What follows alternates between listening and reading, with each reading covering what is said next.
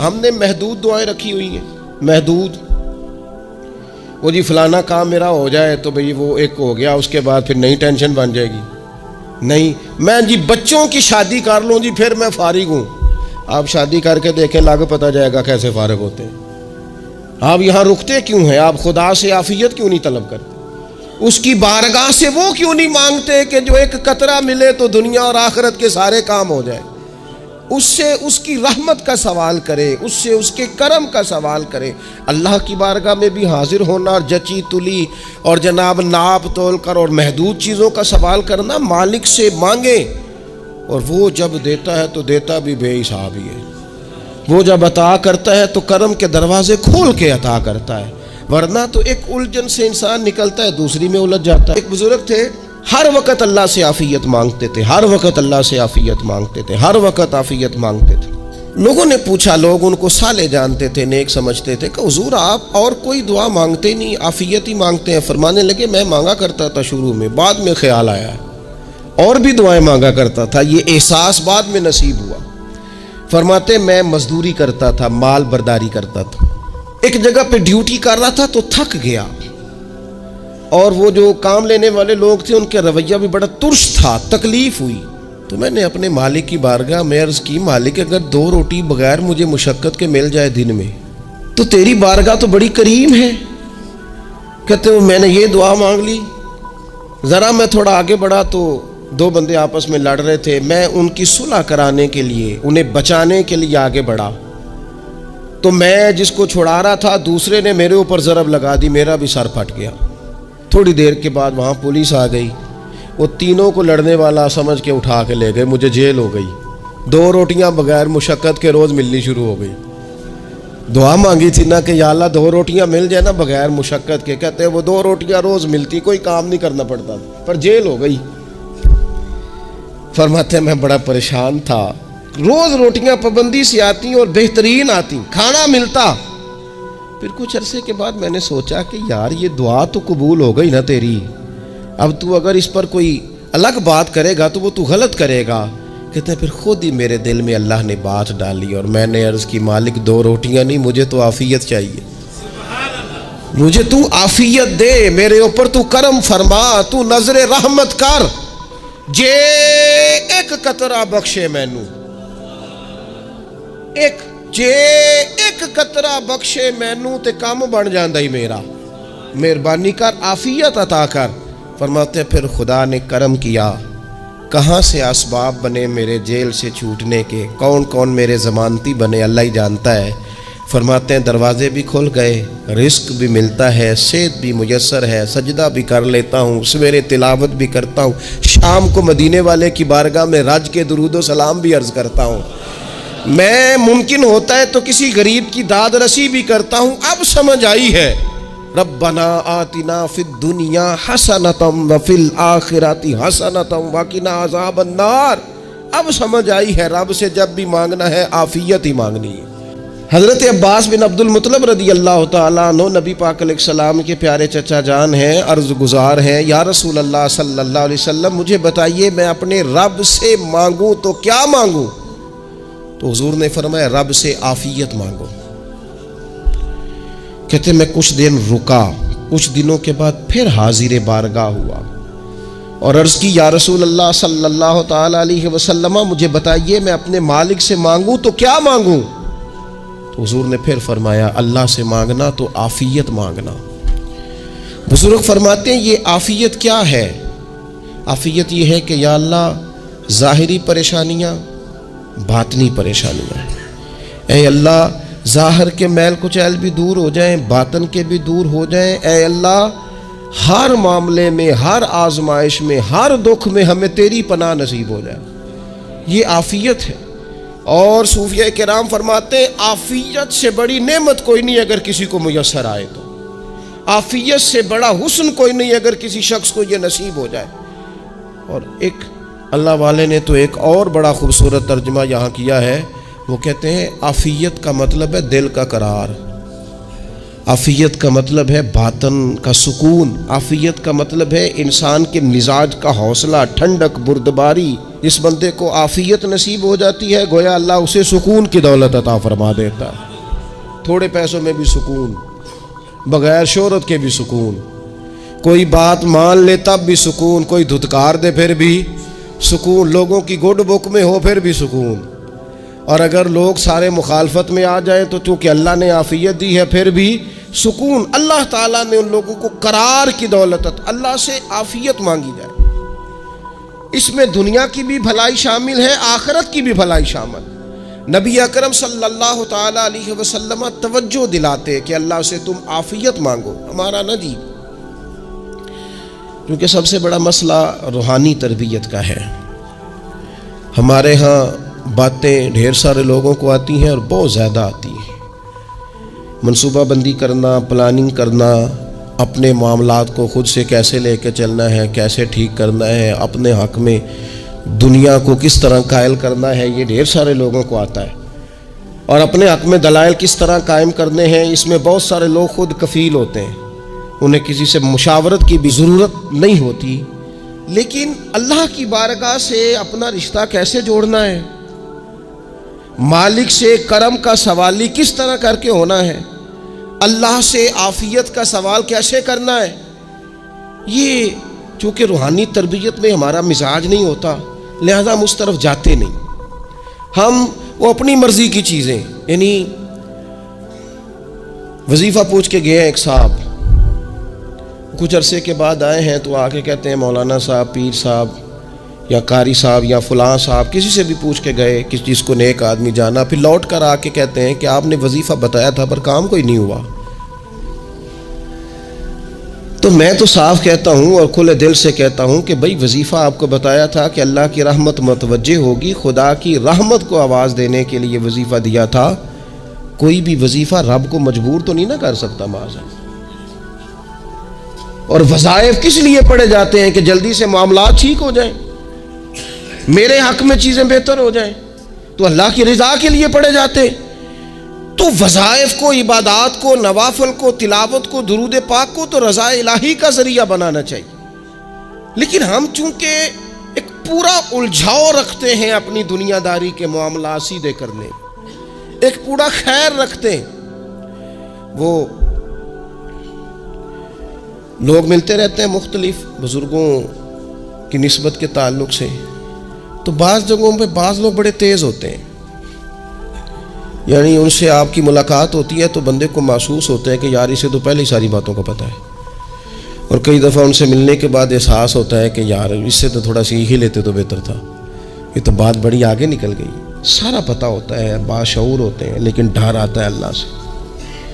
इतना बाशऊर आदमी, समझदार, पंचायत, परया, लोग, दीन, दुनिया सारा पता है, नमाज का टाइम आ गया तो वो छुपता फिरता है। उसकी तबीयत पर बोझ बन रहा है माज़अल्लाह अल्लाह के हुजूर हाजिर होना, उसे खैर का काम करना पड़ रहा है तो वो इधर उधर निकलता जा रहा है। तो सवाल ये है कि फिर ये शऊर का क्या मतलब रखा हुआ है हमने?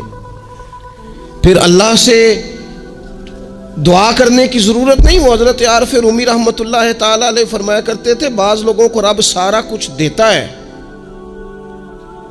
सजदे की तौफीक नहीं देता।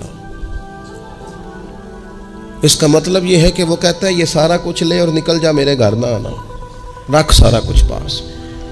रब से आफियत मांगी जाए, उससे उसका फजल मांगा जाए, उससे उसका करम मांगा जाए। अल्लाह के प्यारे रसूल सल्लल्लाहु ताला अलैहि वसल्लम इस आफियत मांगने पर जोर देते, तवज्जो देते। मैं आपको सही बताता हूँ, रब ने अगर किसी बंदे को आफियत में रखा हो ना, तो हालात कैसे भी बुरे चल रहे हों उसका बिगाड़ कुछ नहीं सकते। और अल्लाह ताला माफ़ करे, 100 दफ़ा खाकम बदहन अगर किसी वक़्त उसके करम की निगाह फिर जाए तो फिर सारे असबाब समेत भी इंसान अपने पैरों पे खड़ा नहीं रह सकता। उससे जब तक तलबे करम नहीं होता, तलबे आफियत नहीं होती, उसकी बारगाह से जब तक बंदा मोमिन पूरा रुजू नहीं करता, ये आफियत इतनी आला चीज़ है कि नबी पाक अलैहिस्सलाम ने फरमाया आज़ान और इकामत के दरमियान जो वक्त होता है उसमें दुआएं रद्द नहीं होती। दुआ मांगा करोगे तुम्हारी अल्लाह अपने फजल से कबूल कर लेगा। अर्ज़ की या रसूलल्लाह क्या मांगे? तो फरमाया आफियत मांगो रब से। हज़रत अनस बिन मालिक हदीस के रावी है रदी अल्लाह तआला अन्हु। यहाँ भी फरमाया ये ऐन कबूलियत का टाइम है, अल्लाह से आफियत मांग लो, उसकी पनाह। हम दुआओं में भी महदूद हो जाते हैं। रब दा तालब कोई ना मिलया, जो मिलया तालब ज़रदाहू। दुआओं में भी हद बंदी। बाज़-औक़ात बच्चे भी तरबियत करते हैं ना। एक मौलाना है, उनका ख्याल है कि उन्होंने मुझसे कुछ पढ़ा है, तो कभी कभी उस्ताद जी कह देते हैं, बहुत पुरानी बात है, उन्होंने मुझे फ़ोन किया कि अगर आप कभी तशरीफ़ लाएं, तो मैंने कहा पुत्र दुआ मांग अल्लाह को छोटी जी गड्डी देवे। तो उस बच्चे ने मेरी बड़ी तरबियत की, कहने लगा उस्ताद जी अल्लाह को लो मंगनी है तो वड्डी सारी मंगो। आपने महदूद क्यों किया कि भाई ये छोटी सी अल्लाह गाड़ी क्यों अल्लाह छोटी दे, रब दे तो बड़ी दे और रहमत से दे, अल्लाह से मांगनी है ना जी। हम तरबियत नहीं लेते। मैंने उसका शुक्रिया अदा किया, मैंने कहा बेटे तूने बड़ी सोहनी बात की, अल्लाह तुझे इसका अजर अता करे, अल्लाह तुझे बरकत अता करे। अगर आपने सीखना है तो फिर आप सीख लेंगे, और अगर नहीं सीखना तो फिर यही कहना है सारी उम्र लंघ गई बंदा को नहीं मिला। चूँकि मिजाज नहीं है ना सीखने का, इसलिए फिर मिला ही कोई नहीं। फिर सारी ज़िंदगी को मुयसर ही नहीं आया, किसी ने नसीहत ही नहीं की, कोई आंखों को भाया ही नहीं। खुद ही बड़े सियाने थे, खुद ही बहुत बड़े थे, अपना कद ही बड़ा ऊंचा था, सब ठिगने छोटे और कमज़ोर और बौने नज़र आए। नबी पाक अलैहिस्सलाम ने एक शख्स से पूछा क्या दुआ मांग रहे हो? तो उसने कहा या रसूल अल्लाह मैं अल्लाह की बारगाह में सब्र का सवाल कर रहा हूँ। तो हुजूर फरमाने लगे सब्र तो मुसीबत पर होता है। या रसूल अल्लाह फिर क्या मांगो? आप इन जुमलों और लफ्ज़ों की गहराई को समझें। सब्र के लिए तो पहले मुसीबत आएगी, फिर सब्र आएगा। तो या रसूल अल्लाह क्या मांगूं? फरमाया तो रब से आफियत मांग। माना क्या है? मुसीबत आए क्यों? अल्लाह तुझे अपनी हिफाजत के हिसार में ले ले। वो वक्त ही क्यों आए कि जब तेरी तबीयत उलझ जाए, जब तू परेशान हो जाए, जब तू तू अल्लाह से आफियत मांगना। जब तू आफियत मांगेगा तो अगर कभी मुश्किल आएगी भी ना, तो खुदा फिर अपने फजल से मुश्किल से निकलने में रास्ता भी बड़ी जल्दी अता फरमाएगा और तेरे ऊपर फजल फरमाएगा। अगर आफियत, ये जो हम नबी पाक की उम्मत है ना, तो ये हमारे गिर्द अल्लाह के फजल और उसकी रहमत का हिसार है। ये हिसार है हमारे गिर्द। वो दरवेश ने कहा था ना कि करूं शुक्र कितना और करूं फ़ख्र कितना कि तेरे करम ने मुझे फायजुल मराम किया। देखो बना के सैयद आलम का उम्मती मुझको गुनाह से पहले ही बख्शिश का इंतज़ाम किया।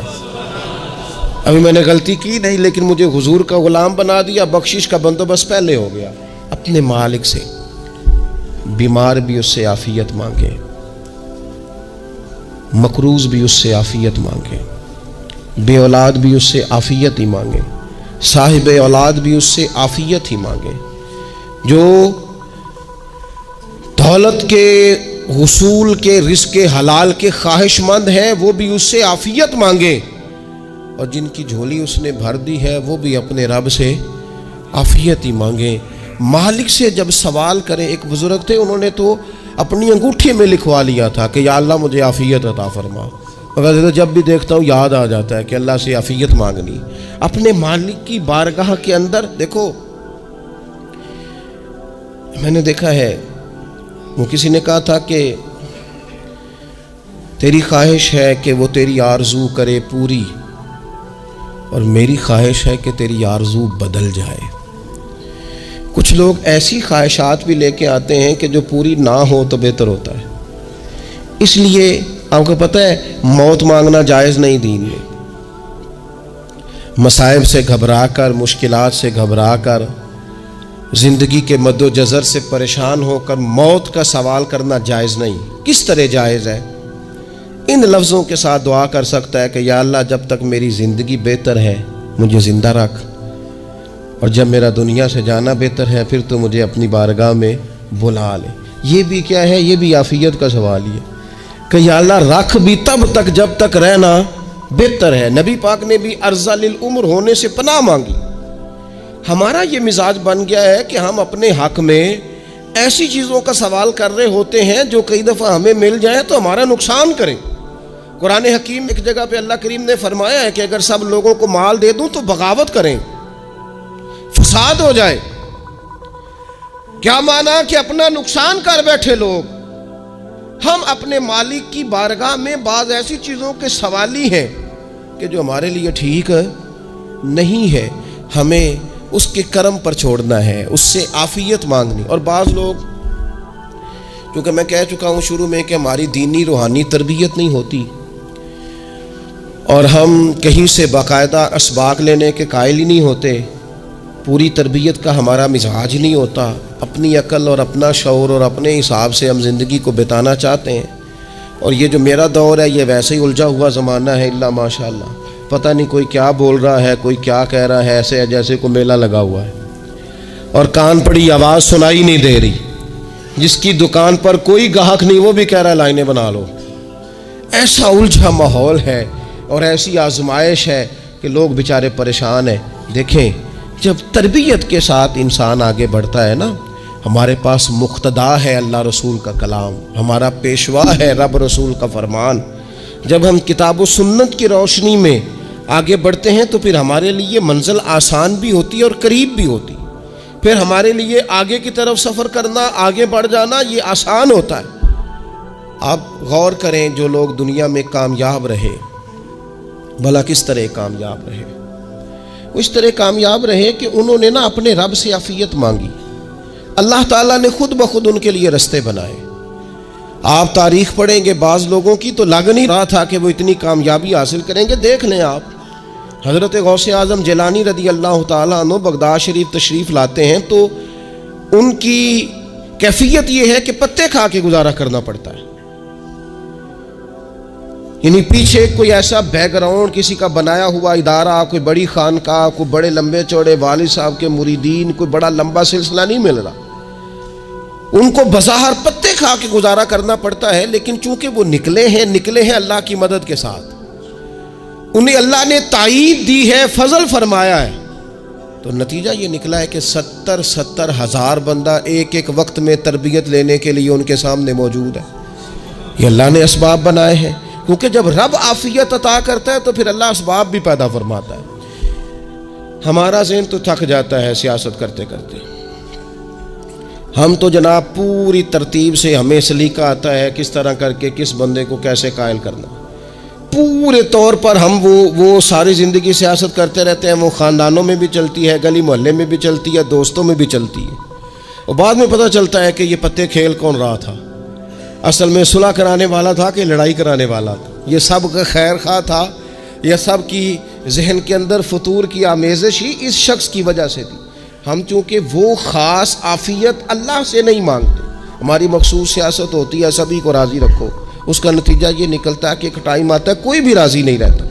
हम अगर अपने मालिक की तरफ रुझान करें और अल्लाह ने जो हमें शऊर दिया है उस शऊर को लेकर अल्लाह की बारगाह की तरफ बढ़ें। आप यकीन करें, आला हज़रत बरेलवी रहमतुल्लाह अलैह की किताबें हैं, एक एक किताब पर PhD हो रही है,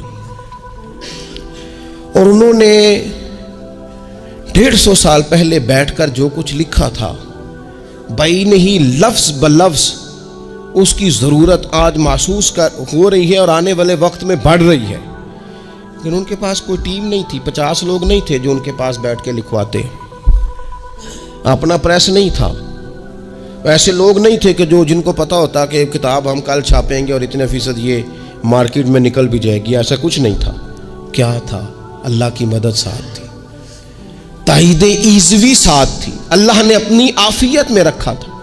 वो कुरान मजीद की आयत का तर्जुमा करते हैं ना आला हज़रत इहदिनस सिरातल मुस्तकीम, या अल्लाह हमें सीधी राह पे चला। बहुत सारे मुफस्सिरीन ने कहा ए अल्लाह हमें सीधा रास्ता दिखा। फरमाते हैं ए अल्लाह हमें सीधी राह पर चला। तो किसी ने कहा हुजूर ये चला और दिखा में क्या फ़र्क है? फरमाने लगे दिखाने का मतलब ये होता है कि किसी ने पूछा मैंने गुजरांवाला जाना है, तो दिखाना ये है कि उसे कहा यहाँ से बाहर निकलो, रोड पे चढ़ जाओ, सीधे जाओगे, एक पोल आएगा उसे क्रॉस करना, नीचे उतरना, वहाँ से शहर शुरू हो जाएगा। फिर उसने अगर कोई अंदरूनी जगह शहर की पूछ ली तो उसको कहा कि राइट हो जाना, फिर लेफ़्ट हो जाना, फिर आगे किसी से मज़ीद। ये है रास्ता दिखाना और एक है चलाना।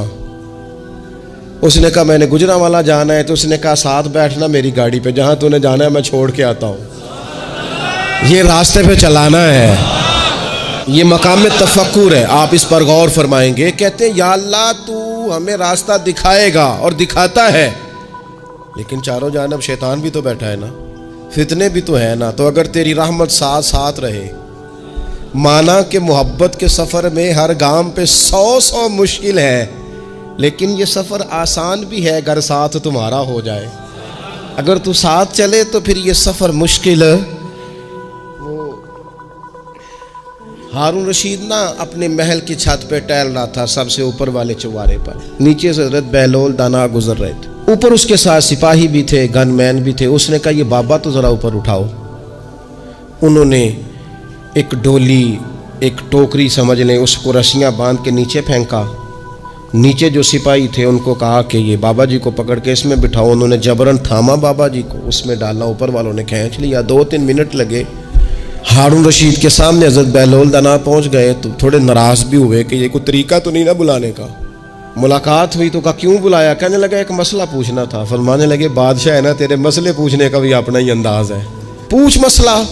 कहने लगा बाबा पूछना था कि आप अल्लाह तक कैसे पहुँचे? हज़रत बहलोल दाना चुप कर गए। 2-4 मिनट के बाद कहने लगे जिस तरह अभी ज़मीन से तेरे तक नहीं पहुँचा, बिल्कुल इसी तरह पहुँच गया और रब करीम की बारगाह तक। और वो भी जो उसने करम फरमाया है, वरना मैं तो नहीं समझता कि मैं पहुँच गया, वो भी अगर तेरी खुशगुमानी है। हारून रशीद कहने लगा मुझे समझ नहीं आई। फरमाने लगे तो बादशाह जो है, इतनी जल्दी कैसे समझ में आएगी तुझे बात? फरमाने लगे अगर मैं तुझसे मिलना चाहता ना तो मैं एक दरख्वास्त लिखता, फिर किसी वज़ीर से सिफारशी साइन कराता, फिर वो जमा कराता, फिर मुझे टाइम मिलता कि फ़लाँ दिन फ़लाँ तारीख फ़लाँ टाइम आ जाना, फिर आके मैं लाइन में लगता। फिर भी तू बादशाह है, तेरा मूड बनता मिलने का कि ना बनता। जब मैं चाहता तो पता नहीं कितना टाइम लग जाता, जब तूने चाहा है ना तो 1 मिनट भी नहीं लगा। फरमाने लगे मैंने दावा ही नहीं किया कि मैं जद्दोजहद करके पहुंचूंगा, मैंने तो रब की बारगाह में आजिज़ी की है, फिर रब ने ही करम फरमाया है, उसी ने मेहरबानी की है। माना कि मोहब्बत के सफ़र में हर गांव पे 100 मुश्किल है, लेकिन ये सफ़र आसान भी है अगर साथ तुम्हारा हो जाए। उसके करम का साथ रहा है, उससे आफियत मांगी है, अपने आप को उसके सुपुर्द किया है तो उसने करम कर दिया। जब तक ये मिजाज नहीं हम बनाते कि मालिक से आफियत का सवाल करें, अपने आप को अपने रब के हवाले कर दें, उसकी रहमतों के सुपुर्द कर दें, उतनी देर तक ज़िंदगी में ठहराव नहीं आता, करार नहीं आता। मिशकात में मौजूद है, अल्लाह के प्यारे रसूल सल्लल्लाहु ताला अलैहि वसल्लम तीमारदारी के लिए गए तो सहाबाए कराम फरमाते हैं वो बंदा ना इतना पतला नहीफ और लागिर हो गया था जिस तरह चिड़िया का बच्चा होता है, कमज़ोरी ज़ोफ़तारी था। तो महबूब करीम ने उसे देखा तो बड़े करीमाना अंदाज में करीम फरमाने लगे तू कोई दुआ नहीं मांगता, तू आफियत नहीं मांगता अल्लाह से? अर्ज़ की या रसूल अल्लाह सल्लल्लाहु ताला अलैहि वसल्लम, मैंने अपने रब की बारगाह में अर्ज़ की है मालिक क़यामत का अज़ाब बड़ा सख्त है, मैं नहीं बर्दाश्त कर सकता, तूने अगर मुझे कोई सज़ा देनी है तो यहीं दे ले, क़यामत को ना देना। तो कहते हैं महबूब फरमाने लगे सुभान अल्लाह, ओ खुदा के बंदे तू रब की सज़ा दुनिया में भी नहीं सह सकता, अल्लाह से ये भी सवाल न कर, तू रब से कह रब्बना आतिना फिद दुनिया हसनतम व फिल आखिरति हसनतम व किना अज़ाबन नार। तू रब से दुनिया में भी हसना मांग, भलाई मांग, तू आखिरत के लिए भी भलाई मांग, तू उससे आफियत का सवाल कर। तूने ये सवाल क्यों किया? अर्ज़ की या रसूल अल्लाह करम हो गया है, मुझे समझ आ गई है, अब मैं इसी तरह ही करूँगा। अजीज़ दोस्तों, हम कहाँ सह सकते हैं? हम दुनिया में रब की सज़ा हम नहीं सह सकते, हम कमज़ोर हैं तो गर्मी नहीं सह सकते, शदीद सर्दी नहीं सह सकते, शिद्दत की भूख लोग नहीं सह सकते, कोई आजमाइश नहीं सह सकते। वो जो लोग बाज़ों का कह देते हैं ना जी फ़लाँ चीज़ हमारे अमाल का नतीजा है, तो मैं क्या करता हूँ ना को यार हम तो ये भी नहीं सह सकते, हम कहाँ बर्दाश्त कर सकते हैं, हमें तो वो माफ़ ही फरमाए, हम हिसाब वाले हैं ही नहीं, हम तो सिर्फ माफ़ी वाले हैं। हमसे ना हिसाब पूछे, उसने हिसाब पूछा तो फिर तो बड़ी मुश्किल हो जाएगी। अगर उसने हिसाब पूछा तो बड़ी रुसवाई हो जाएगी। अगर हिसाब पूछा तो मुश्किलात सामने दिखाई देने लग जाएंगी। हमसे तो वो दरगुजर वाला मामला करे, हमसे तो वो कहे जा मैंने महबूब के सदके तुझे माफ़ किया, जा तेरे लिए रहमत और बख्शिश वाला फ़ैसला किया। वो कोई सबब, उसकी रहमत किसी सबब को देख ले और दरगुजर कर ले। तो आज की पूरी गुफ्तगू में मैं आज आपको बड़ी ज़िम्मेदारी से ये गुजारिश कर रहा हूँ, अल्लाह से आफ़ियत मांगे, हर वक्त आफ़ियत मांगे। मेरी सालों से रूटीन है, मैं दुआ मांगता हूँ, अल्लाहुम्मा इन्ना नस्अलुकल अफ़वा वल आफ़ियत फ़िद्दीन वद्दुनिया वल आखिरा। और ये खामोश तबलीग होती रही, मैं मांगता रहा, कई बच्चों को वैसे याद हो गई। इसको याद कर लें, अल्लाह से आफ़ियत मांगे, दीन में, दुनिया में, आखिरत में, इसको अपना मिजाज बनाएं। अल्लाह तबारक व तआला हम सबको आफ़ियत नसीब फरमाए। आखिर दावा यानिल हम्द।